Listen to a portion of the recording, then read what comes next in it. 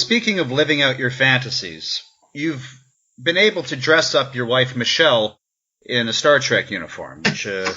Hey, I didn't have to force her to do it, man. She is as big a nerd as I am, and she wanted to do it. In fact, you know that she plays Dr. McKenna. Which is a created character, obviously. Yeah, and I'll tell you the funny story behind that. When I was casting the show, I mean, Michelle is a great actress. And when I was casting the show, I said to her, okay, do you want to play Nurse Chapel? Do we want you to play Yeoman Rand? And as we were thinking about it, Marina Sirtis, who played Counselor Troy in Next Generation, is a dear friend of mine. And Michelle always loved The Next Generation. That was the series she grew up on. And we started talking about what characters existed in the Next Generation universe that did not exist in the original series. And the obvious answer came up, well, every ship had a ship's counselor.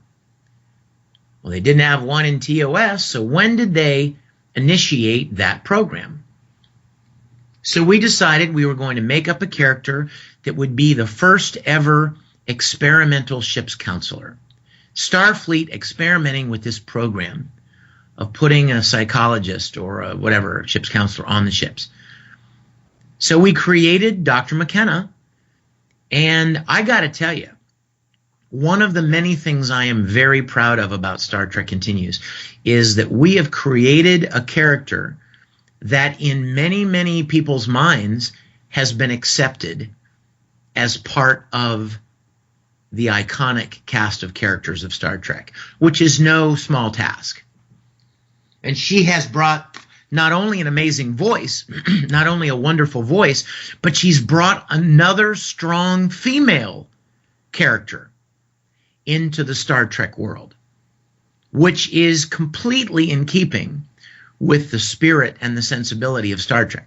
You know, we've heard stories about Nichelle Nichols, and we've heard stories that Nichelle tells herself about Dr. Martin Luther King encouraging her to stay with the show when she was thinking of quitting because she was the first black female character on television that wasn't a maid.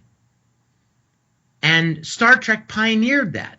But there weren't a ton of other strong officer females in TOS. Now, of course, there were more in Next Gen and on in Deep Space Nine, obviously, with Janeway, but not in TOS. So I consider it one of our many great accomplishments that we were able to create our own character that was able to bring some of that to TOS.